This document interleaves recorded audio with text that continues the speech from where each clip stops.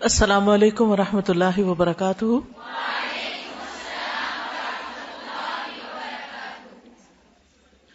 نحمده ونصلی علی رسولہ الکریم، اما بعد فاعوذ باللہ من الشیطان الرجیم، بسم اللہ الرحمن الرحیم، رب اشرح لی صدری ویسر لی امری۔ ہم نے سونے کے آداب اور اذکار پڑھے تھے، آج ہم انشاءاللہ جاگنے کے آداب اور اذکار پڑھیں گے کہ صبح جب آپ کی آنکھ کھلے تو آپ کیا کریں، اپنے دن کا آغاز کس طرح سنت کے مطابق کریں۔ سب سے پہلی چیز ہے چہرے پر سے نیند کے آثار کو مٹانا۔ حدیث میں آتا ہے، ابن عباس سے روایت ہے کہ رسول اللہ صلی اللہ علیہ وسلم نیند سے بیدار ہوئے اور نیند کے آثار کو ختم کرنے کے لیے چہرے پر ہاتھ پھیرنے لگے۔ چہرے پر ہاتھ پھیرنے لگے کس طرح؟ کوئی کر کے دکھائے گا؟ جی ہاں، جیسے بچے کرتے ہیں نا، مٹھیاں بند کر کے اور آنکھوں کے اوپر ہاتھ پھیرنا۔ اور پھر اسی طرح اگر انسان یہ سمجھتا ہے کہ اس کا جسم اکڑا ہوا ہے یا کسی اور جگہ پر اس کو خود اپنے آپ کو دبانے کی ضرورت ہے، تو اپنی طبیعت کے مطابق آپ خود کو جگانے کے لیے کوئی بھی طریقہ اختیار کر سکتے ہیں۔ بعض لوگ اکوپریشر کے ساتھ اپنی ٹریٹمنٹ خود کرتے رہتے ہیں۔ اگر کسی بھی طرح آپ کو صبح اٹھنے میں مشکل پیش آتی ہے، کسی بیماری کی وجہ سے، کسی ایسی تھکاوٹ کی وجہ سے کہ ساری رات سونے کے باوجود آپ نہیں جاگ پاتے پراپر طریقے سے، تو اس صورت میں آپ کو ضرور ایسے طریقے سیکھ لینے چاہیے کہ جب اٹھیں آپ تو واقعی فریش ہوں اور دن کا آغاز پراپر طریقے سے کر سکے، کیونکہ جس چیز کا آغاز اچھا نہ ہو اس کا انجام کیا اچھا ہوگا۔ تو اس میں ہمیں بہت کانشیسلی اور بہت توجہ کے ساتھ اپنی اصلاح کے طریقے سوچنے ہیں کہ ہم جب اٹھیں تو ایک تو سنت کے مطابق عمل کریں، اور اس کے علاوہ اگر ہمیں کسی بھی طرح سے ضرورت ہے اپنے علاج کی تو اس پر بھی توجہ دیں۔ سو کر اٹھنے کے بعد ہاتھ وغیرہ دھو لینے چاہیے۔ رسول اللہ صلی اللہ علیہ وسلم نے فرمایا، جب تم میں سے کوئی نیند سے بیدار ہوا تو اپنے ہاتھ کو وضو کے پانی میں ڈالنے سے پہلے دھو لے، اس لیے کہ تم میں سے کوئی یہ نہیں جانتا کہ رات کو اس کا ہاتھ کہاں تھا۔ ابھی تو ٹیپ وغیرہ ہوتی ہے نا، تو ٹیپ کو تو آپ ویسے ہی کھول لیتے ہیں، لیکن جب باقاعدہ کوئی ایسے لوٹے وغیرہ یا ایسی چیزیں نہیں ہوتی تھی، وضو کے لیے پانی لپ بھر کے، یعنی اب تو ہے نا کہ مگ وغیرہ ہوتے ہیں اس کے ذریعے لوگ پانی نکال لیتے ہیں، لیکن پہلے زمانے میں اور آج بھی بہت سی جگہوں پر ایسے حالات ہیں کہ لوگ ہاتھوں سے ہی پانی لیتے ہیں، تو گندے ہاتھ کو پانی میں نہیں ڈالنا چاہیے۔ پھر اسی طرح ایک اور حدیث میں آتا ہے، حذیفہ رضی اللہ عنہ سے روایت ہے کہ نبی صلی اللہ علیہ وسلم جب رات کو نیند سے بیدار ہوتے تو اپنا منہ مسواک سے صاف کرتے۔ نبی صلی اللہ علیہ وسلم نے فرمایا، جب تم میں سے کوئی نیند سے بیدار ہو اور وضو کرے تو 3 مرتبہ ناک میں پانی ڈال کر جھاڑے، کیونکہ شیطان اس کی ناک کے بانسے میں رات گزارتا ہے۔ ٹھیک ہے، بیسیکلی یہ ساری چیزیں وضو میں شامل ہیں، یعنی سب سے پہلے ہاتھ دھونا، پھر اس کے بعد کلی وغیرہ کرنا، ناک صاف کرنا، منہ دھونا۔ رسول اللہ صلی اللہ علیہ وسلم نے فرمایا، جب آدمی رات کو سو جاتا ہے تو شیطان اس کی گدی پر 3 گرہیں لگا دیتا ہے، ہر گرہ پر یہ پھونک دیتا ہے کہ ابھی تو بہت رات ہے، سو جاؤ۔ پھر اگر آدمی بیدار ہو گیا اور اللہ کا ذکر کیا تو ایک گرہ کھل جاتی ہے، اگر اس نے وضو کر لیا تو دوسری گرہ کھل جاتی ہے، اس کے بعد اگر اس نے نماز پڑھ لی تو تیسری گرہ بھی کھل جاتی ہے، اور وہ صبح کو تازہ دم اور خوش مزاج ہو کر اٹھتا ہے، ورنہ تمام دن بد دل اور سست جسم رہتا ہے۔ یعنی اگر آپ اٹھتے ہیں اور وضو نہیں کرتے، نماز نہیں پڑھتے، تو آپ کی کیفیت اس طرح نہیں ہوتی جو ایک پراپر طریقے سے وضو اور نماز پڑھنے والے کی ہوتی۔ اب اگر آپ پیریڈز کی حالت میں ہیں اور آپ کو وضو نہیں کرنا، نماز نہیں پڑھنی، تو آپ اپنے اوپر سے اسے خاص قسم کے ڈپریشن کی کیفیت یا سستی یا بیزاری کی کیفیت کو کیسے دور کر سکتے ہیں؟ کیا کرنا چاہیے آپ کو؟ جی ہاں، ان ڈیز میں وضو کرنا منع نہیں ہے، یعنی نماز پڑھنے کی تو اجازت نہیں، لیکن وضو کرنا منع نہیں ہے۔ آپ اسی طرح اپنے ہاتھ دھوئیں، اچھی طرح ناک صاف کریں، مسواک خوب اچھی طرح کریں، اور جیسے وضو کرتے اسی طرح پورے ہاتھ منہ دھو لیں۔ اگر نہانا چاہے تو نہا بھی سکتے ہیں، نہانا بھی منع نہیں ہے۔ اور پھر اگر کوئی اور کام کاج کر رہے ہیں تو چلتے پھرتے بھی ذکر اذکار کرتے رہیں، تو انشاءاللہ وہ جو کیفیت ہے ایک گھٹن کی سی یا تنگی کی، وہ دور ہو جائے گی۔ ٹھیک ہے، یہ بتائیے کہ آپ لوگ مسواک کتنے منٹ تک کرتے ہیں؟ تقریباً مسواک کتنی دیر تک کرتے ہیں؟ کتنے لوگ 5 منٹ کرتے ہیں؟ کتنے لوگ 5 منٹ سے کم کرتے ہیں؟ کتنے لوگ 10 منٹ کرتے ہیں؟ کتنے لوگ 15 منٹ کرتے ہیں؟ میں 15 منٹ مسواک کرتی ہوں صبح، مسلسل 15 منٹ، کیونکہ مسواک ایسی چیز نہیں ہوتی ٹوتھ برش کی طرح کہ جس کو آپ 2 دفعہ ادھر ادھر کریں اور آپ کا منہ صاف ہو جائے. کیونکہ اگر آپ ایک ایک دانت کو باہر سے اور اندر سے اور پھر تالو اور پھر ٹنگ اور پورے ایریے کو، حتیٰ کہ آپ اپنے جو ٹانسلز وغیرہ ہیں وہاں تک اگر آپ مسواک لے جاتے ہیں اور پوری طرح کلین کرتے ہیں تو اتنا ٹائم تو کہیں گیا ہی نہیں. اس وقت بھی میری تسلی نہیں ہوتی کہ واقعی چھوڑ دینا چاہیے، صرف یہ ہوتا ہے کہ بہت وقت جا رہا ہے تو اس لیے چھوڑنا پڑتا ہے. 3 منٹ میں کوئی مسواک نہیں ہوتا اور نہ دانت صاف ہوتے ہیں نہ منہ صاف ہوتا ہے. اس کو تھوڑا سا انکریز کر لیجئے. اگر آپ سمجھتے ہیں کہ آپ کے لیے مشکل ہے کہ آپ اٹھے ہی دیر سے، کیونکہ جو دیر سے اٹھے گا وہ یہ نہیں کر سکے گا، اس کے لیے آپ کو 15 منٹ کم از کم پہلے اٹھنا پڑے گا. اور اگر آپ دیر سے اٹھیں کسی وجہ سے اور اس وقت آپ کو وقت نہیں ملا تو آپ کیا کر سکتے ہیں، واک کے دوران یا کسی بھی اور کام کاج کے دوران آپ مسواک کرتے رہیں. مثلاً اگر آپ ایک سٹریچ میں نہیں کر سکتے تو 2-3 وقفوں میں کر لیں، لیکن صحیح معنوں میں منہ کی صفائی اگر ہو جائے تو آپ بہت سے امراض سے بچ سکتے ہیں. اور بہت سے لوگوں کو جو منہ سے اسمیل آنے کی بیماری ہوتی اور اس سے دوسروں کو کس قدر اذیت ہوتی، فرشتوں کو بھی اذیت ہوتی. اب آپ دیکھیے، آپ نماز پڑھ رہے ہیں اور آپ کے منہ سے اسمیل آ رہی، آپ کے پاس کھڑے ہونے والوں کو سخت تکلیف ہو رہی، ان کی نماز کا بھی خشوع ختم ہو گیا اور فرشتے بھی آپ سے دور ہو گئے کہ آپ کے منہ سے اسمیل آئے چلے جا رہی. تو کیا اس کا علاج کرنا ہمارا فرض نہیں؟ تو اس کے علاج میں سب سے اہم نسخہ کیا ہے؟ مسواک کرنا اور کافی دیر تک کرنا، حتیٰ کہ یہ بیماری ختم ہو جائے. صرف چند چیزیں، کوئی سونف کھا لیے، کوئی الائچی کھا لی، تو اس سے تو وقتی طور پر آپ اس کو فریش کر سکتے ہیں کہ ان چیزوں کی خوشبو آ جائے آپ کے منہ سے، لیکن آپ کے سانس کے ساتھ جو گندگی آ رہی ہے وہ نہیں رک سکتی جب تک آپ اس کا پراپر علاج نہیں کرتے. اور اس کے علاج میں نمبر 1 نسخہ یہی ہے کہ صبح سویرے اچھی طرح مسواک کریں، زبان اور تالو اور پورے منہ کے ہر حصے کو اچھی طرح صاف کریں. کیونکہ نبی صلی اللہ علیہ وسلم ایسی فوڈ بھی استعمال نہیں کرتے تھے کہ جس کی وجہ سے منہ سے اسمیل آئے، کیونکہ آپ نے فرمایا کہ میں اس سے بات کرتا ہوں جس سے تم نہیں کرتے. تو ذکر کی حالت میں تو ہم بھی اللہ ہی سے بات کر رہے ہوتے ہیں نا. پھر اسی طرح یہ ہے کہ صبح اٹھتے وقت کچھ دعائیں بھی پڑھنی چاہیے. اب یہ نہیں کہ آپ سارا وضو وغیرہ کر کے پھر آ کے سو کے اٹھنے کی دعا پڑھ رہے ہیں. سو کر اٹھنے کی دعا کب پڑھی جائے گی؟ فوراً بعد. سیدنا ابو ہریرہ سے روایت ہے کہ رسول اللہ صلی اللہ علیہ وسلم نے فرمایا، جب تم میں سے کوئی جاگے تو کہے الحمدللہ الذی عافانی فی جسدی ورد علی روحی وأذن لی بذکرہ. سب تعریف اللہ کے لیے ہے جس نے میرے جسم کو عافیت دی اور مجھ پر میری روح لوٹائی اور مجھے اپنے ذکر کی توفیق دی. ایک اور روایت میں آتا ہے کہ رسول اللہ صلی اللہ علیہ وسلم جب جاگتے تو فرماتے الحمدللہ الذی احیانا بعدما اماتنا والیہ النشور.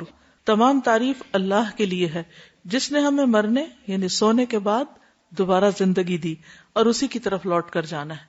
تو نیند جو ہے وہ موت کی بہن ہے، اور ہر روز ہم مرتے اور زندہ ہوتے ہیں، سوتے اور جاگتے ہیں.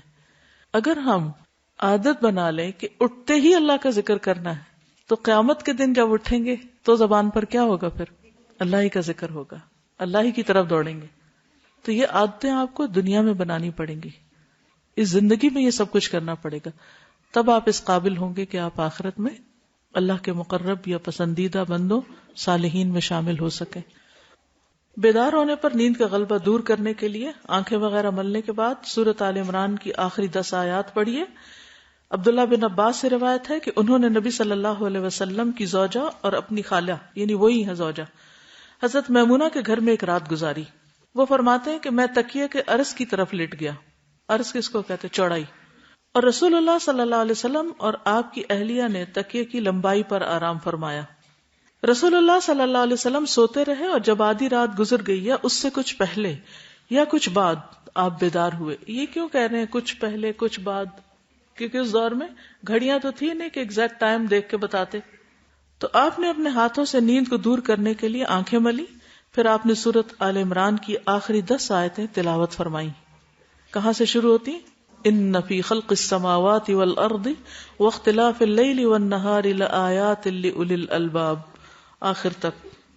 اسی طرح سو کر اٹھنے پر معوذتین بھی پڑھی جائیں گی. عقبہ بن عامر سے مروی ہے کہ نبی صلی اللہ علیہ وسلم نے ان سے فرمایا کیا میں تمہیں ایسی 2 صورتیں نہ سکھا دوں جو ان تمام صورتوں سے بہتر ہوں جنہیں لوگ پڑھتے ہیں؟ میں نے عرض کیا کیوں نہیں یا رسول اللہ. چنانچہ نبی صلی اللہ علیہ وسلم نے مجھے سورۃ الفلق اور سورۃ الناس پڑھائیں. پھر نماز کھڑی ہوئی. نبی صلی اللہ علیہ وسلم آگے بڑھ گئے اور نماز میں یہی دونوں صورتیں پڑھیں. پھر میرے پاس سے گزرتے ہوئے فرمایا اے عقبہ تم کیا سمجھے؟ یہ دونوں صورتیں سوتے وقت بھی پڑھا کرو اور بیدار ہو کر بھی پڑھا کرو. ٹھیک ہے. تو صبح شام کی دعا میں ہم 3 بار ان کو پڑھ لیتے ہیں. ٹھیک ہے.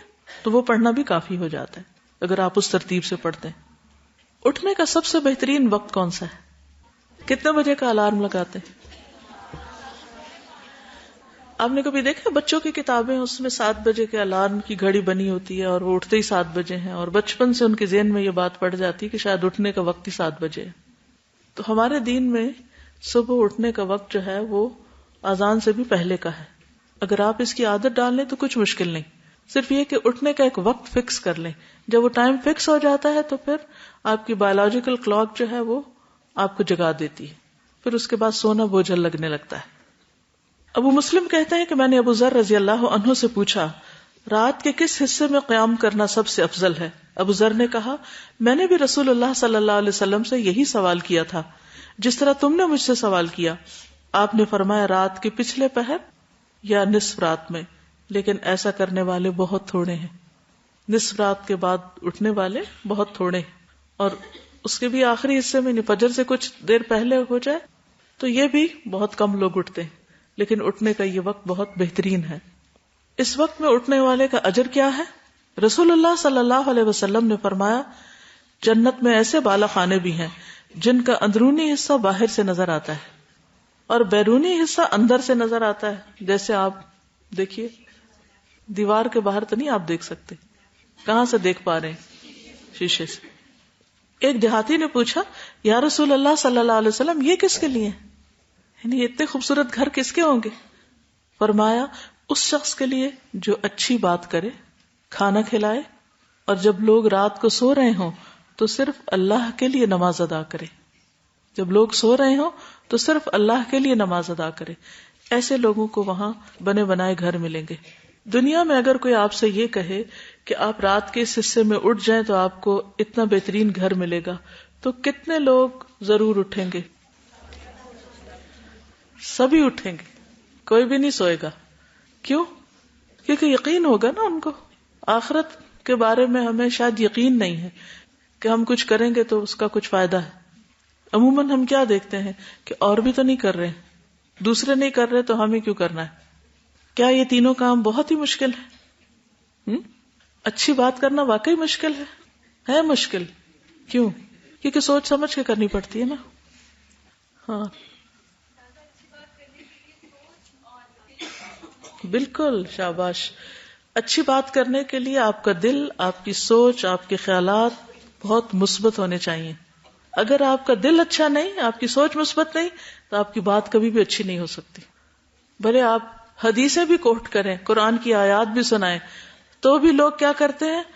موقع محل کے بغیر اپنے فائدے میں جو حدیثیں اور آیتیں آتی ہیں وہ دوسروں کو مارتے رہتے ہیں. سناتے نہیں، مارتے رہتے ہیں. کیوں؟ کیونکہ انہوں نے اپنا کوئی مقصد پورا کرنا ہوتا ہے، لہٰذا وہ اس طرح کی کوئی حدیث یا آیت دوسروں کو سنائیں گے.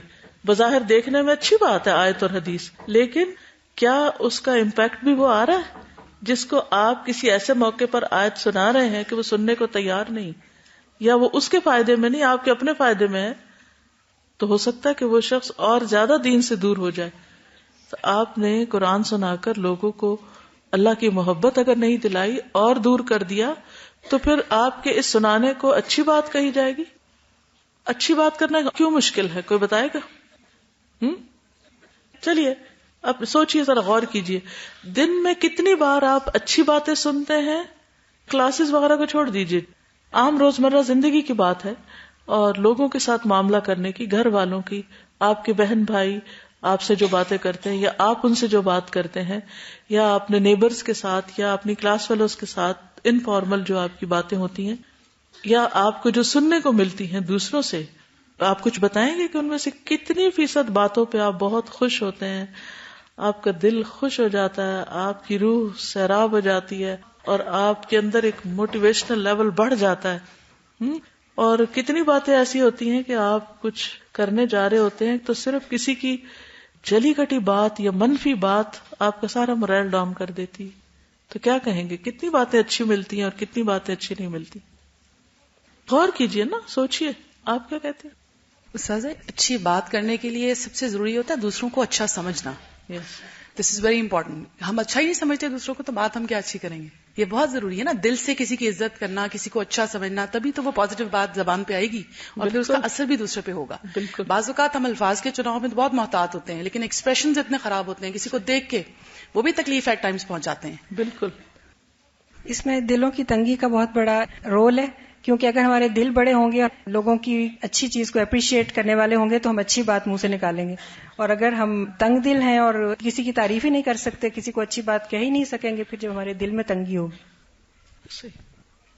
دیکھیے اس بات پر میں کیوں ٹھہری ہوں کہ اگرچہ بات ہو رہی تھی صبح جلدی اٹھنے کی، لیکن بعض لوگ تہجد بھی پڑھ لیتے ہیں، صبح جلدی بھی اٹھ جاتے، لیکن بات اچھی نہیں کرنا جانتے. استاذہ، ایک تو بہت بڑی مشکل جو ہے نا اچھی بات کرنے میں، وہ یہ ہے کہ ہم اپنے دل میں ایک معیار قائم کر لیتے ہیں کہ یہ شخص ڈیزرو کرتا ہے کہ اس سے اچھی بات کی جائے اور یہ ڈیزرو نہیں کرتا. اور چونکہ اکثر ہمیں لوگوں سے نیگیٹو ہی باتیں سننے کو ملتی ہیں، اس وجہ سے پھر ہمارے ذہن میں ایک تاثر قائم ہو جاتا ہے. فورگیونیس نہیں نا ہمارے اندر آتی کہ ہم نے تو اچھی بات اس کے لیے نہیں کرنی ہے، ہم نے تو اپنے لیے کرنی ہے. تو ہمیں یہ اس وقت لگتا ہے جیسے ہم اس پہ کوئی احسان کرنے لگے اور ہم نے نہیں کرنا احسان. بالکل. مثال کے طور پر آپ دیکھیے کہ کوئی شخص آپ سے آ کے کوئی سوال پوچھتا ہے، کوئی بات کرتا ہے، تو عموماً آپ کا رویہ کیا ہوتا ہے؟ جواب کیسے دیتے ہیں اس کو؟ کوئی آپ سے مدد چاہتا ہے، ایک سے دوسری یا تیسری دفعہ وہ وہی سوال کر رہا ہے، آپ اس وقت تھکے میں ہیں یا آپ اریٹیٹڈ ہیں، تو اس وقت آپ کا رویہ کیا ہوتا ہے؟ عام طور پہ ہم کیا کہتے ہیں؟ کتنی دفعہ بتاؤں تمہیں، کتنی دفعہ سمجھاؤں، تمہیں سمجھ نہیں آتی، عقل کہاں ہے تمہاری، کہاں کھوئے ہوئے ہو. بے شمار جملے ہیں جو اس قسم کے لوگ ایک دوسرے کو کہہ رہے ہوتے ہیں. خود ہی سوچو، خود ہی فگر آؤٹ کرو. استاذہ، ایک دفعہ آپ نے اس کے بارے میں ایک ٹپ دی تھی کہ اپنا ریموٹ دوسروں کے ہاتھ میں نہیں دینا چاہیے. یعنی یوزلی جو ہم سے اچھی بات کبھی کوئی کرتا ہے تو ہم اچھے ہی اس سے بات کر رہے ہوتے ہیں، اور جہاں کوئی ہم سے کوئی غلط بات کرتا ہے ہم فوراً بھڑک اٹھتے ہیں اور ہم کہتے ہیں کہ دس از واٹ یو ڈیزرو. بالکل. اچھی بات جو ہے یہ ایسا صدقہ ہے کہ جیسے صدقہ کر کے انسان کو خوشی ہوتی ہے نا دل میں، تو جب آپ اچھی بات کرتے ہیں تو آپ کی فیلنگز، آپ کا دل جو ہے وہ اتنا خوش ہو جاتا ہے کہ میری وجہ سے اتنے لوگوں کو فائدہ ہوا. یا یہ نہ بھی سوچیں تو اللہ تعالیٰ کو راضی کرنے کے لیے ہی کیا جاتا ہے، تو اللہ تعالیٰ خوش ہو جاتے ہیں. آپ اتنے ہلکے پھلکے اور اتنا اچھا فیل کرتے ہیں اچھی بات کرنے کے بعد کہ بری بات کرنے کے بعد خود ہی برے بعض اوقات فیلنگ ہوتی ہے. یعنی سب سے پہلا وکٹم تو پھر آپ خود ہی ہوتے ہیں اپنی باتوں کا. جی استاد، مقصد نہیں سامنے رکھتے ہم کہ اس کا اصل مقصد کیا ہے. وہی نیت والی بات کہ نیت کیا ہے، اور جب نیت درست ہوتی ہے تو اپنے سے زیادہ دوسرے کی خیر خواہی انسان کرنے لگتا ہے. جذب نہیں ہوتا. جب اپنے اندر جذب چیزیں ہوئی ہوتی ہیں تو پھر دوسرے کی خیر خواہی آتی ہے، اور دوسرے کی خیر خواہی ہی اصل میں اپنی خیر خواہی ہوتی ہے. اگر انسان کو 100% کی یقین ہو جائے نا کہ دوسرے کی خیر خواہی میں میری خیر خواہی ہے، اگر اس کی نہیں ہوگی تو میری کبھی ہو نہیں سکتی، تو پھر ہوتا نہیں ہے کہ انسان کوئی غلط بات منہ سے نکالے یا وہ اچھی بات نہ کرے، کیونکہ اس کو یقین ہوتا ہے میں کسی کی نہیں، میں اپنی ہی کر رہا ہوں، اس کے بغیر میری ہو نہیں سکتی. استاذہ، جو آپ نے سوال پوچھا نا کہ اچھی بات کیوں نہیں نکلتی، تو ایک جس چیز سے مجھے بہت زیادہ تکلیف ہوتی ہے وہ یہ کہ ہر انسان کا ناشکری کا رویہ اتنا زیادہ ہے. اپنی جو ہم چیزیں اور نعمتیں وہ نہیں دیکھتے، اور ہر وقت یا تو ہم موسم کو رو رہے ہوں گے، یا ہم اپنی بیماری کو رو رہے ہوں گے، یا ہم اپنی تھکان کو، یا کام کے بوجھ کو. تو جو دل میں شکایات بھری ہوئی ہیں تو وہ ہماری باتوں میں بھی پھر وہی آ جاتی ہیں. واقعی مجھے بعض اوقات یہ سمجھ نہیں آتی کہ میں کسی سے معمولی سا بھی سوال پوچھتی ہوں تو ایک دم بھڑک اٹھتا ہے کہ نہیں ایسا تو نہیں. بھائی سوال کر رہے ہیں، ایک معلومات چاہیے آپ سے، کوئی بات چاہیے، تو اتنے ریئیکشن میں آنے کی کیا ضرورت ہے؟ مجھے لگتا ہے کہ بعض لوگ صرف الزام تراشی کے ماحول میں پلے ہوتے ہیں. وہ ہر بات کو اپنے خلاف سمجھتے ہیں، ہر بات کو اپنے اوپر اعتراض سمجھتے ہیں. اگر ان سے چھوٹی سی بھی بات معلوم کر لیجیے، نہیں ایسے نہیں، ایک دم نئی سے بات شروع کریں گے جیسے کاٹ لیا گیا ان کو. ہاں، تو ہمیں سوچنا چاہیے کہ ہم دوسرے کی بات غور سے سنیں تو صحیح کہ دوسرا کہنا کیا چاہ رہا ہے. سننے سے بھی کان بند کر لیتے ہیں, باقاعدہ منہ اوپر کر لیتے ہیں. یعنی ہمیں اخلاق کیا کہتا ہے کہ کسی کی بات یوں کر کے سنیں یا یوں کر کے سنیں. کسی بھی مجلس میں بات کرتے کرتے یوں منہ کر لینا کس بات کی علامت ہے؟ کہ مجھے کوئی پرواہ نہیں تم کیا بات کر رہے ہو, تم کون ہو. پوسچر بھی میٹر کرتا ہے. نبی صلی اللہ علیہ وسلم کی سنت کیا تھی؟ جب کوئی بات کرتا تھا تو آپ اس کی طرف پوری طرح متوجہ ہو جاتے. تو ہم آپس میں ہی بات کرنا نہیں جانتے, اور ہم سب دعویٰ کرتے ہیں کہ ہم دین پڑھ رہے ہیں اور دین پڑھا رہے ہیں اور دین کی خدمت میں دن رات لگے ہوئے ہیں, اور چھوٹی چھوٹی باتوں پہ آپے سے باہر ہو جاتے ہیں, بد اخلاقی کے بدترین مظاہرے کرتے ہیں. جی استاذہ, میں یہ سوچ رہی تھی کہ ہم نے اپنے ملک کے حالات کو اپنے پر مسلط کیا ہوا ہے. جب ہم بیٹھتے ہیں ہم کہتے ہیں آج گیس کی لوڈ شیڈنگ بہت ہو گئی, آج آلو بہت مہنگے ہو گئے, پیٹرول بھی بہت. ہم دوسرے کے گھر جاتے ہیں, instead of asking how they are, ہم پہلے پوچھتے ہیں آپ کی گیس کی لوڈ شیڈنگ تو نہیں ہو رہی, اور پھر دس از آل وی ٹاک اباؤٹ. پھر جب ہم کمپلین شروع کرتے ہیں, وی کمپیٹ ان کمپلیننگ. کوئی کہتا ہے ہمارے تو 3 گھنٹے لوڈ شیڈنگ ہوئی بجلی کی, ہم کہتے ہیں نہیں ہمارے گھر میں تو 6 گھنٹے بجلی کی لوڈ شیڈنگ ہوئی. We don't turn the conversation on. پھر اتنا جب نیگیٹیوٹی ہوتا ہے, how can we be positive? آپ ٹویٹر پہ چل جائیں, فیس بک پہ چل جائیں, آپ اخبار پڑھ لیں, آپ ٹی وی دیکھ لیں, everyone's complaining about the same thing. جیسے انہوں نے کہا نا کہ اصل بات ہی ناشکری کے رویے ہیں. نفسیات میں یہ دیکھا گیا کہ 80 to 90% جو لوگ ہوتے ہیں وہ سب سے پہلے چیز کا منفی پہلو دیکھتے ہیں. اس میں ایک ٹیسٹ کیا گیا کہ ایک سادہ وائٹ کلر کا پیج لے کے اس کے درمیان میں ایک گول بلیک دائرہ لگایا گیا اور ان سے پوچھا گیا اچھا بتاؤ یہ کیا ہے, تو سب سے زیادہ لوگوں نے یہ کہا کہ یہ بلیک سرکل ہے. 95 to 5% صرف وہ لوگ تھے, مطلب صرف 5% ایسے لوگ تھے جنہوں نے یہ کہا کہ یہ سفید پیپر ہے جس کے اوپر ایک بلیک دائرہ لگا ہوا ہے. تو انہوں نے یہ کنکلوڈ کیا کہ زیادہ تر لوگ جو ہیں وہ چیز کا نیگیٹو پہلو دیکھتے ہیں. اور اسی طرح ہم منفی بات اس لیے کرتے ہیں کیونکہ ہماری جو زیادہ تر سوچ ہوتی ہے, جو ہمارا کنکلوژن ہوتا ہے وہ پریویس بیسڈ ہوتا ہے. ہم یہ کہتے ہیں کہ پچھلی دفعہ تم نے یوں کیا تھا, یہ تمہارا نیگیٹو ریئیکشن تھا, اس لیے اب کی بار بھی تم یہی کرو گے, تو وہ ہم اس کو اچھی بات نہیں کہتے. اٹیک کرنے کا جوابی. یعنی سب سے زیادہ جن لوگوں کے ساتھ ہم وقت گزارتے ہیں ان کے ساتھ اچھی بات کرنے میں سب سے زیادہ مشکل پیش آتی ہے. جی میں نے ایک جگہ پہ پڑھا تھا, مجھے بہت اچھا لگا کہ بعض اوقات اچھی بات کے اندر رکاوٹ یہ بھی ہوتی ہے نا کہ اچھا نہیں سمجھتے دوسروں کو, رسپیکٹ اتنی نہیں ہوتی دل میں. تو ایک کسی نے بڑا اچھا لکھا ہوا تھا کہ اگر آپ کو کسی شخص کی رسپیکٹ کرنے میں مشکل پیش آ رہی ہو, تو آپ نے پڑھا ہے نا کہ ہر انسان کی شارک کے قریب اللہ تعالیٰ ہوتا ہے, تو آپ یہ سوچیں کہ اس کی شارک کے قریب بھی اللہ تعالیٰ ہے. تو آپ اللہ تعالیٰ کی جب رسپیکٹ آپ کے دل میں آئے گی تو اس کی جو منفی چیز ہے, جو اس کی نیگیٹیوٹی ہے, وہ شاید تھوڑی سی پیچھے ہٹ جائے, کیونکہ تعلقات خراب ہوتے ہیں تو پھر مشکل ہو جاتا ہے رسپیکٹ کرنا ایٹ ٹائمز. دوسری بات جو تھی وہ تھی کھانا کھلانا, اور تیسری بات جب لوگ رات کو سو رہے ہوں تو صرف اللہ کے لیے نماز ادا کرنا, صرف اللہ کے لیے, دکھاوے کے لیے نہیں. نبی صلی اللہ علیہ وسلم نے فرمایا اللہ تعالیٰ 3 قسم کے لوگوں سے محبت کرتا ہے. جاننا چاہتے ہیں کہ وہ کون ہے, اور پھر یہ بھی دیکھیے کہ کیا ہم ان میں ہیں کہ نہیں. ان پر ہنستا ہے اور ان سے خوش ہوتا ہے. ایک وہ آدمی کہ اس کی جماعت فرار ہو گئی, یعنی سارے بھاگ گئے, لیکن وہ ان کے بعد اللہ کے لیے لڑتا رہا, قتل ہو گیا, یا اللہ تعالیٰ نے اس کی مدد کی اور اسے کفایت کی. اللہ تعالیٰ ایسے آدمی کے بارے میں کہتا ہے میرے بندے کی طرف دیکھو, وہ اپنے آپ سے کیسے صبر کروا رہا ہے.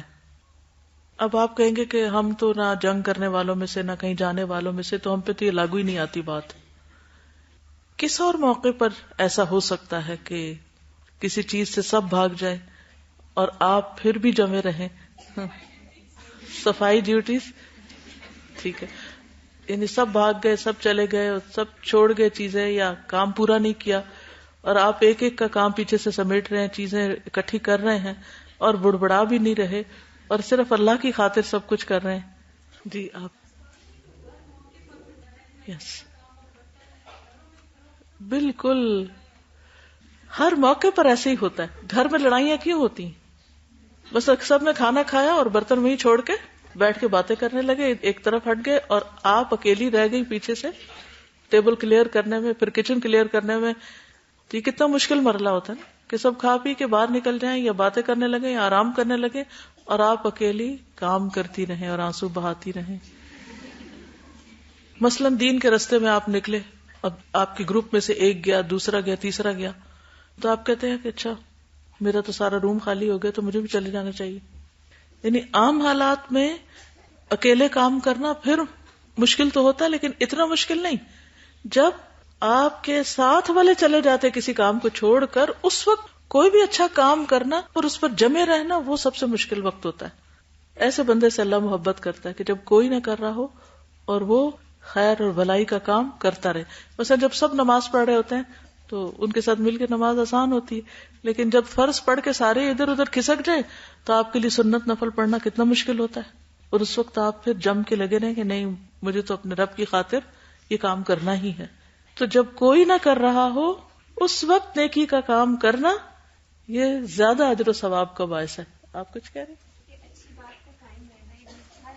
چاہے ارد گرد کوئی کچھ بھی بولے، نیگیٹو کوئی بات کچھ بھی بولے، کرے، لیکن اگر آپ اس پہ جمے ہوئے ہیں تو یہ بھی تو ایک جہاد ہی ان ہے. ابراہیم کان امۃ قانتا، اللہ نے اسی لیے ان کو واتخذ اللہ ابراہیم خلیلا. دوسرا وہ آدمی جس کی بیوی خوبصورت اور اس کے پاس بہترین نرم بستر ہے لیکن وہ قیام کرنے کے لیے رات کو کھڑا ہو جاتا ہے. اللہ تعالیٰ کہتا ہے میرے بندے نے اپنی شہوت کو ترک کر دیا اور میرا ذکر کر رہا ہے اور مجھ سے سرگوشی کر رہا ہے. اگر یہ چاہتا تو سو بھی سکتا تھا، آرام بھی کر سکتا تھا، لیکن اس نے سب آرام اس لیے چھوڑا کہ مجھ سے بات کرے آ کر. ہم میں سے اکثر لوگ اللہ سے محبت کے بڑے دعوے کرتے ہیں، لیکن ہم کس کس موقع پر اس کا عملی ثبوت بھی دیتے ہیں. جس سے ہمیں محبت ہوتی ہے ہمارا کیا دل چاہتا ہے کہ ہم اس سے اکیلے میں بات کریں، نہیں اکیلے میں بات کریں. مجھے حیرت ہوتی ہے کہ ہم کہتے ہیں ہمیں اللہ سے بڑی محبت ہے اور اکیلے میں اس وقت جب سب سو رہے ہوں ہم بات کرنے کے لیے اٹھے ہی نہ اور تیار ہی نہ ہو. یہ کیسی محبت ہے؟ صرف اس وقت تو ہم اللہ کا نام لے لیں جب اور لوگ بھی لے رہے ہوں، اور اس وقت چھوڑ دیں جب اور کوئی نہ لے رہا ہو. تو اپنے آپ کا جائزہ لیجئے کہ وہ کون کون سے مواقع ہیں کہ جب لوگ اللہ کا ذکر چھوڑ دیتے ہیں اور آپ کرتی رہتی ہیں، جب لوگ نمازیں مختصر کر دیتے ہیں، ادھر ادھر بھاگ جاتے ہیں اور آپ پڑھتی رہتی ہیں، جب اور کوئی قرآن گھر میں نہیں پڑھ رہا ہوتا تلاوت جیسے صبح کی اور آپ اس وقت پڑھ رہے ہوتے ہیں. آپ کا بھی دل چاہ رہا ہوتا ہے کہ سب سو گئے نماز پڑھ کے میں بھی سو جاؤں، لیکن آپ چپکے سے کھسک کے باہر نکل جاتے ہیں اور آپ اپنی تلاوت شروع کر دیتے ہیں. تو ان سارے مواقع کا جائزہ لیجئے کہ جہاں لوگ جب چھوڑ جائیں کسی خیر بھلائی کے کام کو یا کسی ایسی جگہ جہاں دنیاوی لذت اور آرام ہے اور آپ اللہ کی خاطر اس کو چھوڑ کر اللہ کی طرف یکسو ہو جائیں. تیسرے وہ آدمی جو قافلے سمیت سفر پر ہو، سب جا رہے ہیں اکٹھے کئی ٹرپ پر، وہ رات کو کچھ حصہ جاگنے اور چلنے کی وجہ سے چور چور ہو گئے ہوں، بالآخر سو گئے ہوں، لیکن وہ خوشی اور ناخوشی میں سحری کے وقت اٹھ کھڑا ہو اور نماز پڑھنی شروع کر دے. مجھے لگتا ہے یہ تینوں میں سے زیادہ بلند درجے پر ہے، کیونکہ ایسے وقت میں تو انسان کو اپنے ہوش و حواس قائم رکھنا مشکل ہو جاتا ہے. عموماً جب لمبے سفر سے آتے ہیں تو کیا دل چاہتا ہے کہ وہیں سے نماز پڑھ کے ہی آ جائیں، گھر آ کے نماز نہ پڑھنی پڑے. تو تھکاوٹ کے وقت میں اٹھ کر اللہ کی عبادت کرنا، اللہ کا ذکر کرنا، یہ ان کاموں میں سے ہے جن پر اللہ تعالیٰ آپ سے محبت کرتے ہیں. پھر تہجد کا وقت قبولیت کا خاص وقت ہے. سیدنا ابو ہریرہ سے روایت ہے کہ رسول اللہ صلی اللہ علیہ وسلم نے فرمایا، ہمارا مالک اور رب تبارک و تعالی ہر رات کو جس وقت آخری تہائی رات باقی رہ جاتی ہے آسمان دنیا کی طرف نزول فرماتا ہے اور ارشاد فرماتا ہے، کون ہے جو مجھ سے دعا کرے تو میں اس کی دعا قبول کروں، کون ہے جو مجھ سے مانگے تو میں اس کو عطا کروں، کون ہے جو مجھ سے مغفرت اور بخشش چاہے تو میں اس کو بخش دوں. اللہ کا قرب حاصل کرنے کا ذریعہ ہے. ابو امامہ سے روایت ہے کہ رسول اللہ صلی اللہ علیہ وسلم نے فرمایا کہ نماز تہجد کی پابندی کرو، کیونکہ یہ پابندی تم سے پہلی قوموں کے نیک لوگوں کا طریقہ اور شعار رہا ہے، اور یہ تمہارے لیے اپنے رب کا قرب حاصل کرنے کا بہترین طریقہ ہے اور کوتاہی کو مٹانے والا اور گناہوں سے باز رکھنے والا ہے. یعنی تہجد انسان کے اندر ایسی طاقت پیدا کرتے ہیں کہ انسان برائیوں سے بچ جاتا ہے، برائیوں کی اٹریکشن کم ہو جاتی. پھر شکر گزاری کا ذریعہ ہے. سیدنا مغیرہ بن شعبہ سے روایت ہے کہ رسول اللہ صلی اللہ علیہ وسلم نے اس قدر طویل قیام فرمایا، یعنی رات کو لمبی نماز پڑھی کہ آپ کے قدم مبارک سوج گئے. تو آپ سے عرض کیا گیا، آپ ایسا کیوں کرتے ہیں جبکہ آپ تو گناہوں سے پاک ہیں؟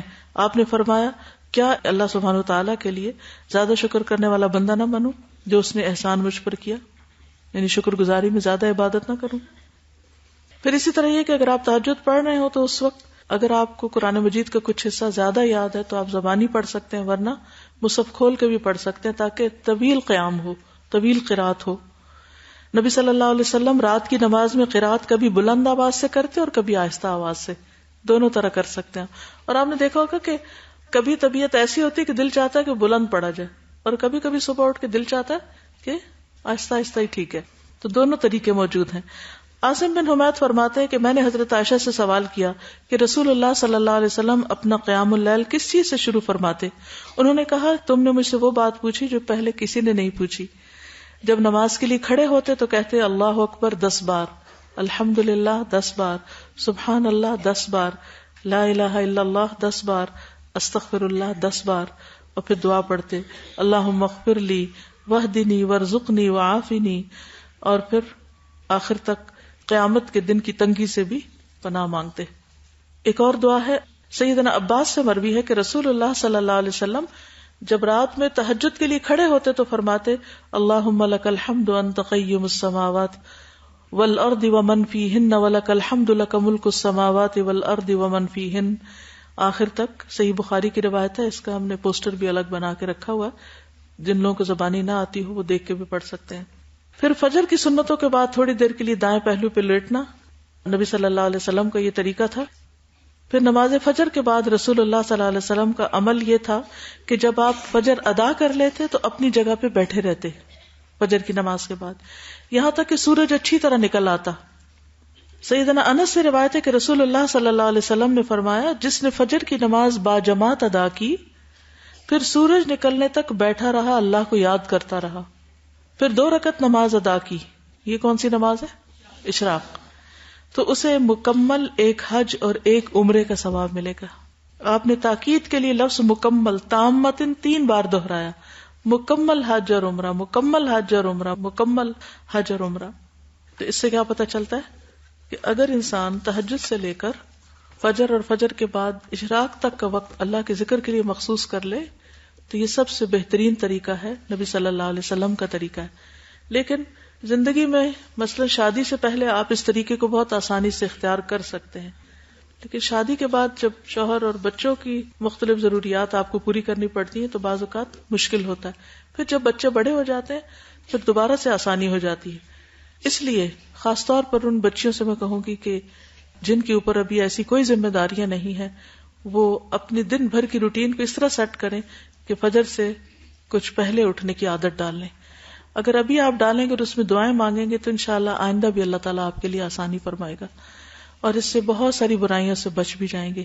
اور وہ نوجوان جس کی جوانی اللہ کی عبادت میں گزری ہو، وہ ان 7 لوگوں میں سے ایک ہے کہ جو عرش کے سائے تلے ہوں گے.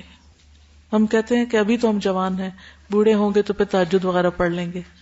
نہیں، ابھی سے شروع کیجئے، ابھی سے آغاز کیجئے. تہجد کے سلسلے میں کسی کو کوئی ٹپ دینا چاہیں، کوئی مشورہ دینا چاہیں؟ تہجد کے لیے ایک بیسٹ ٹپ یہ ہو سکتی ہے کہ اگر آپ رات کو وضو کر کے سوئیں تو آپ کی ضرور آنکھ کھلتی ہے اس ٹائم پہ. نیت کر کے سوئیں، اور اگر آپ وتر چھوڑ کے سوئیں تو پھر آپ کو اٹھنے کے زیادہ خیال ہوگا، کیونکہ ویسے بھی وتر آخری نماز ہے نا، تو آپ کو اگر نفل پڑھنے تو پھر وتر آخر میں ہی پڑھنے ہوں گے.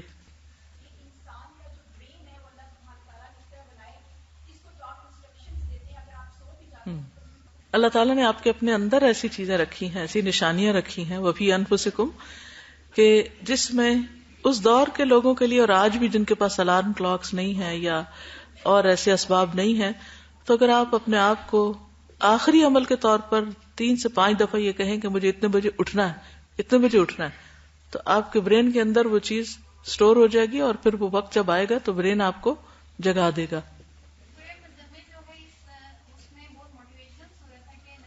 صلی اللہ علیہ وسلم. یس، سورۃ مزمل بہت موٹیویشنل سورت ہے. یہ جو رات کو کوئی چیز پڑھ کے یا کہہ کر سونا ہے نا، یہ سائنٹیفکلی بھی پروون ہے.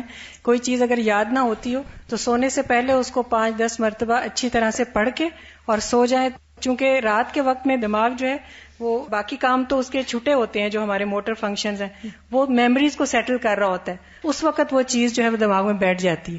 تو اس لیے یہ بہت اچھی ٹپ ہے کہ رات کو کہہ کر سوئیں، یا جو کچھ یاد کرنا وہ رات کو پڑھ کے سوئیں تو وہ یاد ہو جائے گی صبح انشاءاللہ.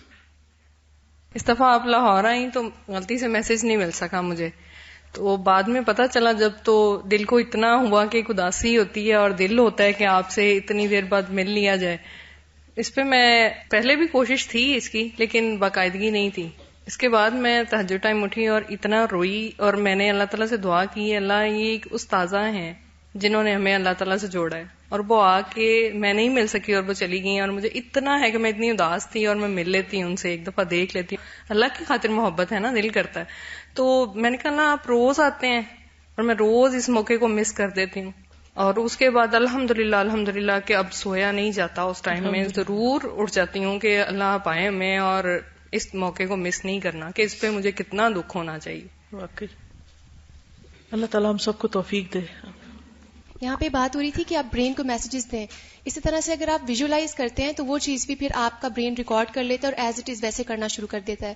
تو ڈاکٹر موئز جو مائنڈ سائنسز کے ایکسپرٹ ہیں وہ یہ کہتے ہیں کہ آپ جو چیز بھی کرنا چاہتے ہیں نیکسٹ دن یا اگلے کچھ حصے میں، اس کو ویژولائز کریں. وہ جگہ ہے، آپ وہاں پہ کھڑے ہوئے ہیں، آپ کو لوگ بہت اپریشیٹ کر رہے ہیں، جو چیز آپ بول رہے ہیں، اسپیچ کر رہے ہیں، وہ ایکسیپٹ ہو رہی ہے، تو وہ چیز ویسے ایز اٹ از ہوگی. کیونکہ ہمارے مینٹل بلاکس ہوتے ہیں کہ میں تو نہیں کر سکتی، تہجد میں میں نہیں اٹھ سکتی، تو اس کو توڑیں اور ویژولائز کریں. میں اٹھی ہوں، اپنی جائے نماز پہ کھڑی ہوں، میں نے نماز پڑھی ہے، تو انشاءاللہ رات کو جائے نماز بچھا دیں تاکہ پھر آپ کو شرم آئے کہ جائے نماز بچھائی تھی اور وہ ایسی خالی رہ گئی. اگر ہم تہجد میں قرآن کی تلاوت کر لیتے ہیں اور اس کے بعد پھر ہم فجر کی نماز پڑھتے ہیں اور پھر ہمارے پاس تلاوت کا ٹائم نہیں بچتا صبح کے وقت، ٹھیک ہے، تو از اٹ اوکے کہ وہ مطلب ہو جاتی ہے کیونکہ پھر یہاں آنے کا ٹائم، پھر ناشتے کا. بالکل جی، آپ بالکل دعا کر کے سوئیں تو بھی یہ میں نے بھی تجربہ کیا کہ بعض اوقات ایسا ہوتا ہے کہ نہیں ہوتا الارم یا کوئی ایسی وجہ ہو جاتی، تو اگر آپ یہ کہہ کے سوئیں کہ اللہ تعالیٰ آپ مجھے اتنے بجے ضرور اٹھا دیں. بالکل. اس سے پہلے کہ میں اگلا سبق شروع کروں، پچھلے سبق سے متعلق ایک لیسن ہے، اس کو پڑھ کے پھر میں آگے چلوں گی انشاءاللہ. بسم اللہ الرحمن الرحیم. کسی نے لکھا ہے، استاذہ آپ نے حرام کھانے کا ذکر کیا، مجھے آپ سے اپنا ایک واقعہ شیئر کرنا ہے. مجھے نہیں پتا کہ یہ سوال اور واقعہ آپ کے ٹاپک سے ریلیٹڈ ہے کہ نہیں، پر میرے دل میں بہت کھٹکتا ہے. ہم 3 فرینڈز کو یونیورسٹی میں پارٹی کے لیے 2000 روپے کی ضرورت تھی جو کہ ہمارے پاس نہیں تھے. اس وقت ہم لوگوں کو آئیڈیا آیا کہ ہم یونیورسٹی کے اسٹوڈینٹس سے یہ کہہ کے مانگیں کہ ایک غریب عورت ہے جو ہم نے اپنے مائنڈ میں بٹھا کر کہ دنیا میں کتنی غریب عورتیں ہیں جن کو پیسوں کی ضرورت ہوتی، اگر ان کا نام لگا کر مانگ لیا تو بات تو سچ ہی ہوگی. یعنی ہم نے تعویل کر لی کہ ایک غریب عورت ہے، اس کو پیسوں کی ضرورت ہے، اور ہم نے یہی کیا. سب نے ہماری ہیلپ کی اور آخر کار ہمارے پاس 2000 روپے آ گئے اور ہم نے خوب پارٹی انجوائے بھی کر لی. مجھے بتا دیجئے کہ کیا ہم نے حرام کھایا؟ اگر ایسا ہے تو میں اس کا مداوع کیسے کروں؟ کیا مجھے اصل میں کسی ضرورت مند کو 2000 روپے دینے ہوں گے، یعنی حقیقی ضرورت مند کو؟ پلیز میری مدد کریں. یعنی ایک اسٹوڈنٹ ہے یونیورسٹی کی، ان 3 فرینڈز نے مل کر دھوکے سے اسٹوڈنٹ سے پیسے لیے. اس سے پہلے کہ میں قرآن و سنت کی روشنی میں جواب دوں، آپ کیا کہتے ہیں کہ اگر کوئی شخص اپنے مائنڈ میں رکھ لیتا ہے کہ ہاں ایک غریب عورت ہے اور وہ سوچ کے کسی سے پیسے مانگتا ہے، لیکن مقصد یہ ہے کہ اس سے پارٹی کھانی ہے، کسی ریسٹورینٹ میں جانا ہے یا اپنے کھانے کے لیے جمع کر رہے ہیں، تو ایسا کرنا درست ہے؟ کیوں؟ جھوٹ کیسے؟ اس لیے کہ ان کے مائنڈ میں ایک غریب عورت ہے جس کے نام پہ وہ پیسے مانگ رہے ہیں. ان کے مائنڈ میں ان کا اپنا مقصد ہے، یعنی اصل مقصد ہے پارٹی کرنا، نیت یہ ہے. تو انما الاعمال بالنیات. سب سے پہلی بات یہ ہے کہ ایک مسلمان کا مال دوسرے مسلمان کے لیے حرام ہے. نبی صلی اللہ علیہ وسلم نے فرمایا اللہ تعالیٰ غیرت کرتا ہے، اور اللہ کی غیرت یہ ہے کہ کوئی ایسی چیز کا ارتکاب کرے جسے اللہ نے حرام کیا. یعنی انسان کے لیے کسی بھی حرام کام کو اللہ تعالیٰ ناپسند کرتا ہے. صرف حرام طریقے سے پیسہ کمانا ہی نہیں، بلکہ غیبت، جھوٹ، کوئی بھی حرام کام جب انسان کرتا ہے تو اللہ تعالیٰ کو اس پہ غیرت آتی ہے. ابو حمید ساعدی کہتے ہیں کہ رسول اللہ صلی اللہ علیہ وسلم نے فرمایا کسی شخص کے لیے اپنے کسی بھائی کا مال ناحق لینا جائز نہیں، کیونکہ اللہ نے ایک مسلمان پر دوسرے مسلمان کا مال حرام قرار دیا. تو پھر یہ کیا ہے؟ جھوٹ بول کر کسی کا مال لینا کیا ہے؟ حرام کام کا ارتکاب کرنا، اور وہ مال بھی کیا ہوگا؟ حرام ہوگا. رسول اللہ صلی اللہ علیہ وسلم نے فرمایا اگر کوئی پاکیزہ چیز ہی کھا سکے تو ایسا کرے، اس لیے کہ سب سے پہلے انسان کا پیٹ ہی بدبودار ہوتا ہے. تو اس لیے ایسی پارٹی کے لیے حرام طریقے سے مال کما کے کسی کے مال سے کچھ کھائے تو یہ غیر طیب بھی ہوگا اور حرام میں ہوگا، اور اس کا انجام کیا ہوگا؟ پھر کسی کا مال ہنسی مذاق میں بھی لینے کی اجازت نہیں. یعنی اگر یہ کہنا کہ ہم کسی سے مذاق کر کے یا کسی کے ساتھ ٹرک کر کے کچھ لے رہے ہیں تو یہ بھی درست نہیں. نبی صلی اللہ علیہ وسلم نے فرمایا تم میں سے کوئی شخص اپنے بھائی کی کوئی چیز ہرگز نہ لے, نہ مذاق میں نہ حقیقتاً. کوئی کسی کی کوئی چیز نہ لے, نہ مذاق میں نہ حقیقتاً, نہ چوری کے ذریعے نہ دھوکے کے ذریعے اور نہ ہی مذاق کرتے کرتے کہ میں تو تمہارا دل دیکھ رہا تھا. پھر جھوٹ بولنا جو ہے قرآن مجید کے بالکل شروع میں ہی آتا ہے وَلَهُمْ عَذَابٌ أَلِيمٌ بِمَا كَانُوا يَكْذِبُونَ. ان کے لیے دردناک عذاب ہوگا اس لیے کہ وہ جھوٹ بولتے تھے. تو جھوٹ بولنے کا انجام کیا ہے؟ دردناک عذاب. اور جب انسان چوری کرتا ہے یا دھوکہ دیتا ہے تو دراصل جھوٹ کا دروازہ کھل جاتا ہے, اس پر جھوٹ سے کام لیتا ہے. اور منافق کی علامات میں سے پہلی علامت جس کے اندر جھوٹ پایا جائے وہ پکا منافق ہے. یعنی جھوٹ اتنی بری خصلت ہے کہ جس کے اندر ہے اس کو منافق ہونے کا ٹھپا لگا دیا گیا. اور منافق کا انجام کیا ہے؟ جہنم کے سب سے نچلے درجے میں. اور سنجیدگی یا مذاق میں بھی جھوٹ جائز نہیں. حدیث میں آتا ہے لا يصلح منه جد ولا ہزل. سنجیدگی یا مذاق کسی بھی صورت میں جھوٹ بولنا درست نہیں. نبی صلی اللہ علیہ وسلم نے جھوٹے شخص سے بیزاری کا اعلان کیا ہے.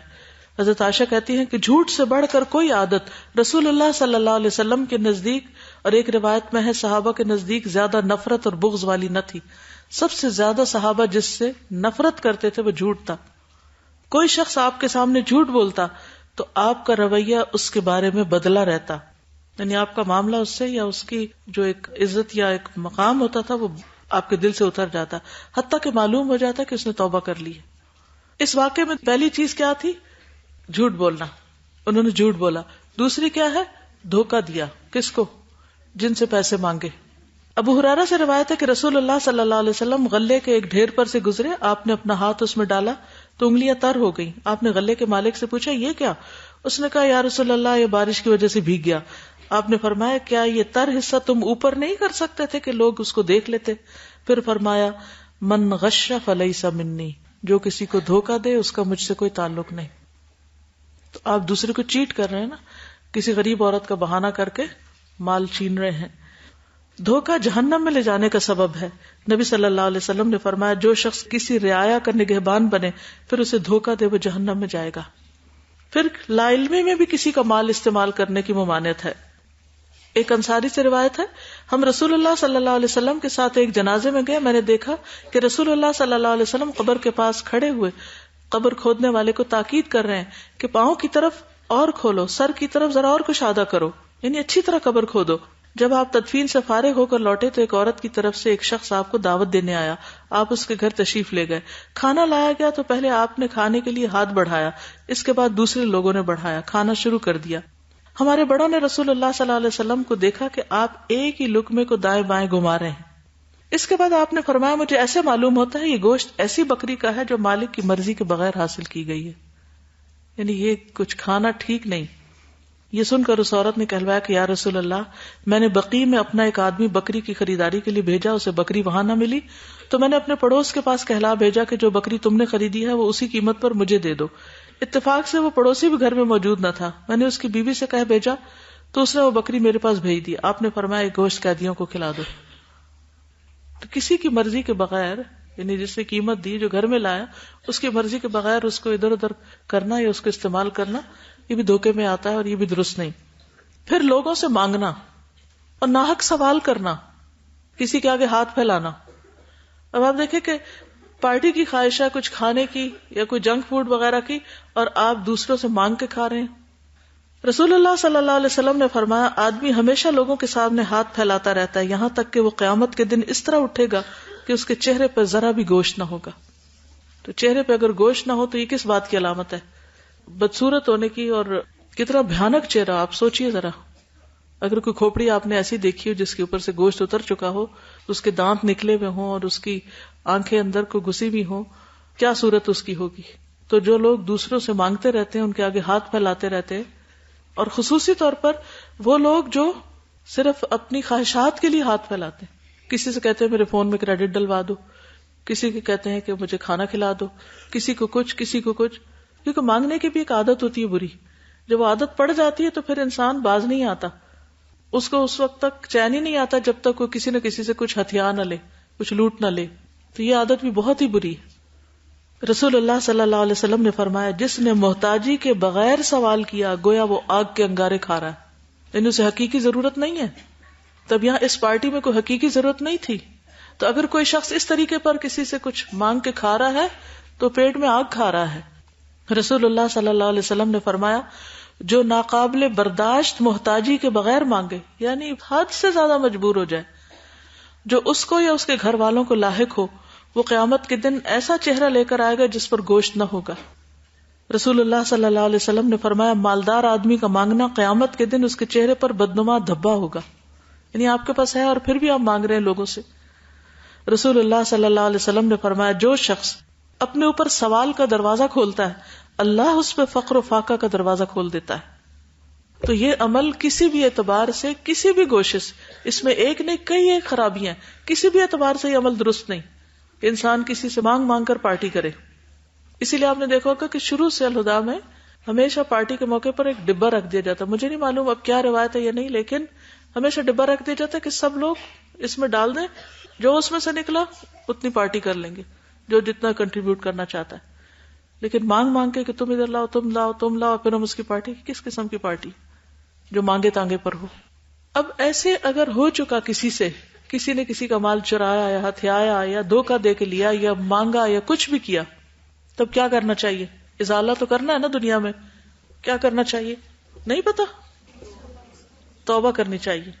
یہ تو میں ایکسپیکٹ کر رہی تھی کہ سارے ایک دم توبہ کا لفظ بولیں گے، لیکن شاید ادھر خیال ہی نہیں گیا کہ توبہ کرنے کی چیز ہے، کیونکہ انہوں نے آخر میں یہی پوچھا ہے کہ میں دعویٰ کیسے کروں، اب جو ہو گیا وہ ہو گیا، اب کیا کروں.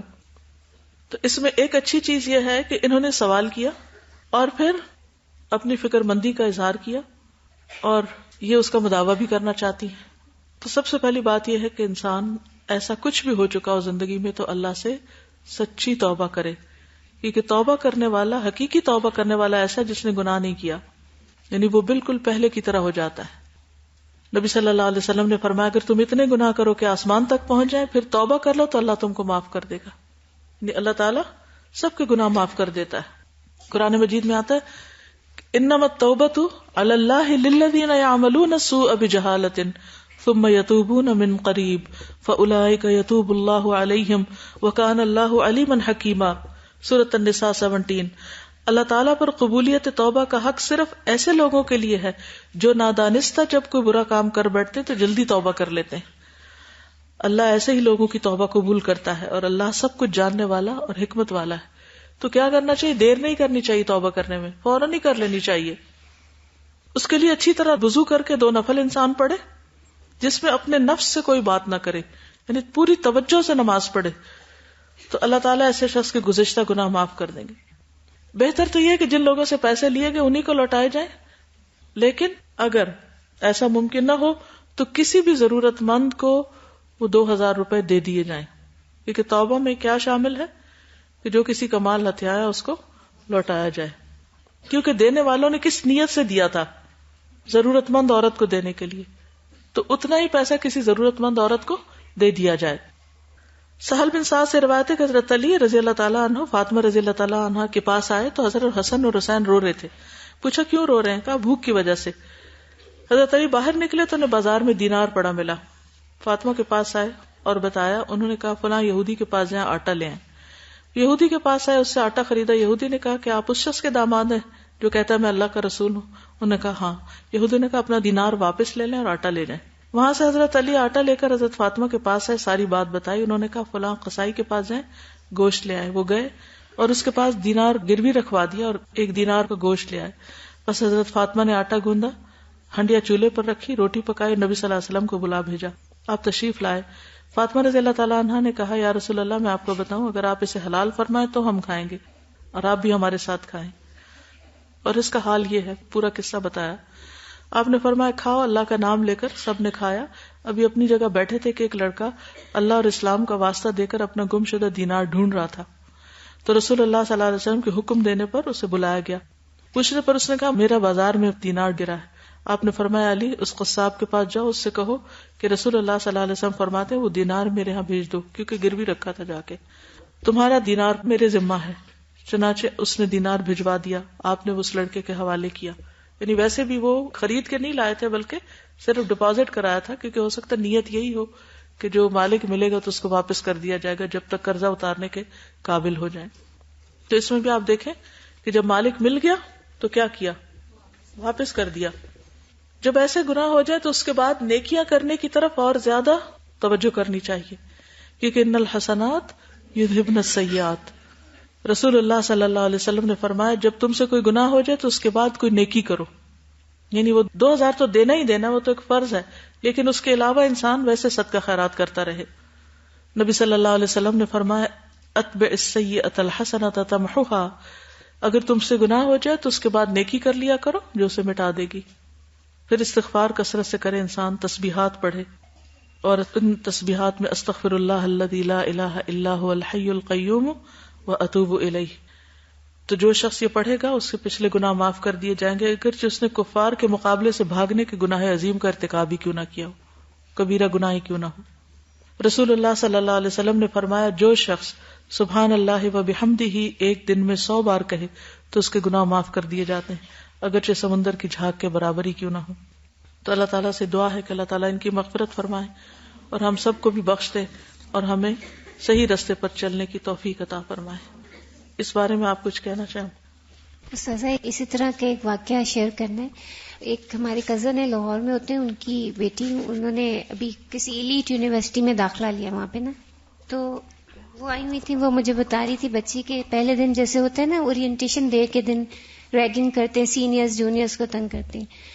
تو اتنا یعنی جو زوال ہماری نئی نسل میں آ گیا کہ جو سینئر لڑکے تھے وہ ان لڑکیوں کے پاس آئے اور انہوں نے کہا کہ آپ سب اپنے اپنے بیگز ہمیں دے دیں اور ہم اس میں سے پیسے نکالیں گے. اب آپ سوچیں کہ لڑکیوں کے بیگز کتنی پرائیویٹ چیزیں بیچ میں ہوں گی نا. وہ انہوں نے ان سے لیے، پھر ہنستے ہوئے انہوں نے نکالے ان کے سامنے پیسے، اور وہ بول رہے تھے کہ اب ہم ان پیسوں کے ساتھ نینڈوز جا کے ٹریٹ لیں گے. اور ان کے والدین نے پتہ نہیں کتنے پیسے دے کے ان کو پڑھنے کے لیے وہاں بھیجا ہوگا ان یونیورسٹیوں میں، اور وہاں جا کے لوگ یہ سیکھ رہے ہیں. اصل میں حلال حرام کی تمیز مٹ گئی، انجام کو جو بھول گئے. ٹھیک ہے، اس ہفتے انشاءاللہ آپ کو نئی اسائنمنٹ مل جائے گی جو ایک چیک لسٹ کے اوپر ہے، جو کچھ ہم نے پڑھا ہے اس پر عمل کتنا ہو رہا ہے. اوکے، سبحانک اللہم و بحمدک اشہد ان لا الہ الا انت استغفرک و اتوب الیک. السلام علیکم و رحمۃ اللہ وبرکاتہ.